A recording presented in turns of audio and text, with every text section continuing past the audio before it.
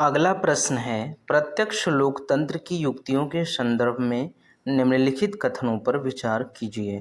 कथन 1, जनमत संग्रह एक ऐसी प्रक्रिया है जिसके द्वारा प्रस्तावित विधेयक को मतदाताओं के प्रत्यक्ष मतों द्वारा समाधान के लिए भेजा जाता है। कथन 2, जनमत संग्रह सार्वजनिक महत्व के किसी भी मुद्दे पर लोगों की राय प्राप्त करने का एक तरीका है। उपर्युक्त कथनों में से कौन सा या से कथन सही है या है? ए, केवल एक, बी, केवल दो, सी, एक और दो दोनों, और डी, न तो एक न ही दो। सही जवाब है सी, अर्थात कथन 1 और कथन 2 दोनों सही हैं। अगला सवाल है, निम्नलिखित कथनों पर विचार कीजिए। कथन 1, संविधान में संशोधन के माध्यम से ही भारतीय क्षेत्रों को किसी विदेशी राज्य को सौंपा जा सकता है।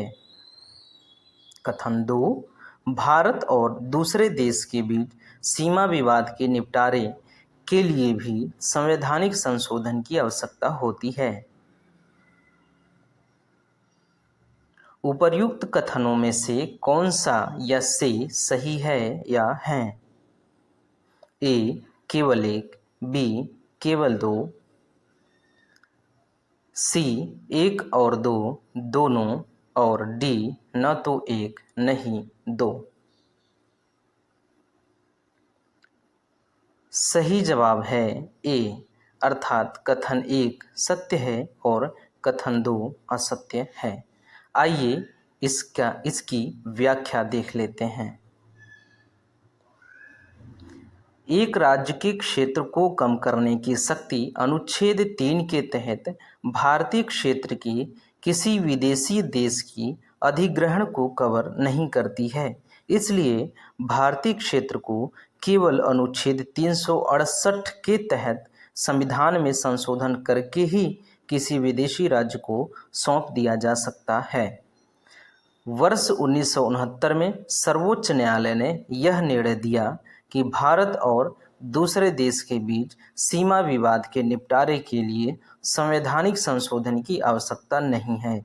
यह कार्य कार्यकारी कार्यवाही द्वारा किया जा सकता है, क्योंकि इसमें किसी विदेशी देश के लिए भारतीय क्षेत्र का अधिग्रहण शामिल नहीं है।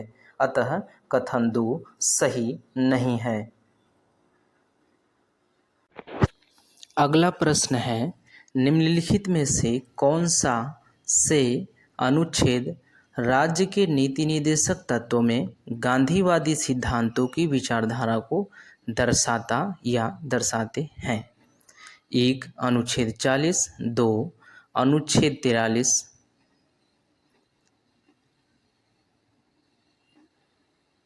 3, अनुच्छेद 43 बी और 4, अनुच्छेद 51। नीचे दिए गए कूट का प्रयोग कर सही उत्तर चुनिए। ए, केवल एक और दो, बी, केवल एक, दो और तीन, सी, एक, दो और चार, और डी, एक, दो, तीन और चार। सही जवाब है बी।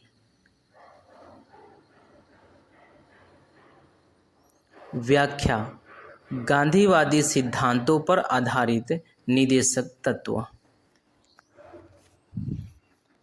ग्राम पंचायतों को संगठित करना और उन्हें स्वशासन की इकाइयों के रूप में कार्य करने में सक्षम बनाने के लिए आवश्यक शक्तियां और अधिकार प्रदान करना। अनुच्छेद 40। अतः कथन 1 सही है।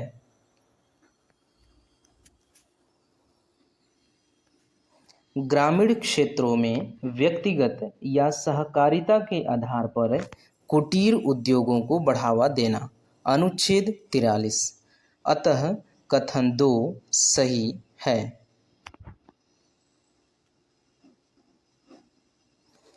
सहकारी समितियों के स्वैच्छिक गठन, स्वायत्त कामकाज, लोकतांत्रिक नियंत्रण और व्यावसायिक प्रबंधन को बढ़ावा देना। अनुच्छेद 43 बी। अतः कथन 3 सही है।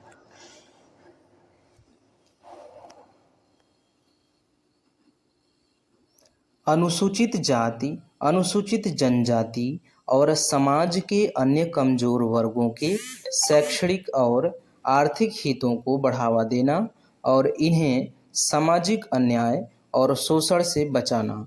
अनुच्छेद 46।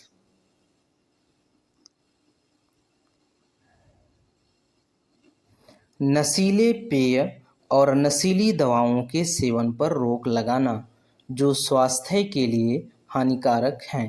अनुच्छेद 47।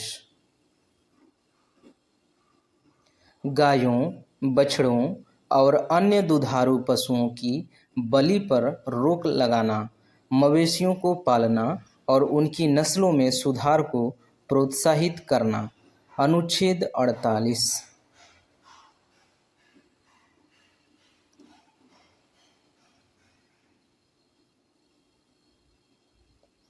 उदार बौद्धिक सिद्धांतों पर आधारित निदेशक तत्व। भारत के समस्त राज्य क्षेत्र में नागरिकों के लिए एक समान सिविल संहिता सुनिश्चित करना। अनुच्छेद 44। सभी बालकों को 6 वर्ष की आयु प्राप्त करने तक आरंभिक देखभाल प्रदान करना तथा 14 वर्ष की आयु प्राप्त करने तक निःशुल्क शिक्षा प्रदान करना। अनुच्छेद 45।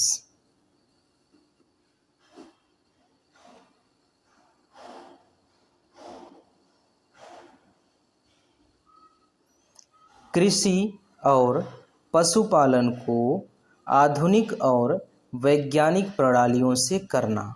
अनुच्छेद 48।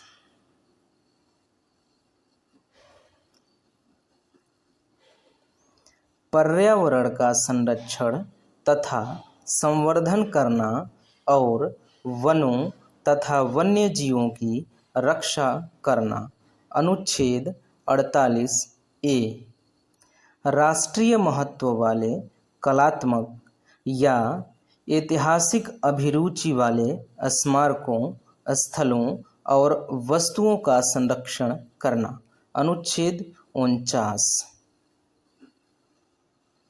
राज्य की सिविल सेवाओं में न्यायपालिका को कार्यपालिका से पृथक करना। अनुच्छेद 50। अंतर्राष्ट्रीय शांति और सुरक्षा को बढ़ावा देना तथा राष्ट्रों के बीच न्यायपूर्ण एवं सम्मानपूर्ण संबंध को बनाए रखना।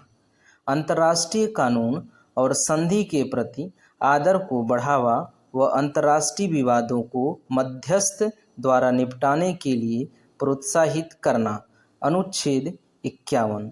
अतः कथन 4 सही नहीं है।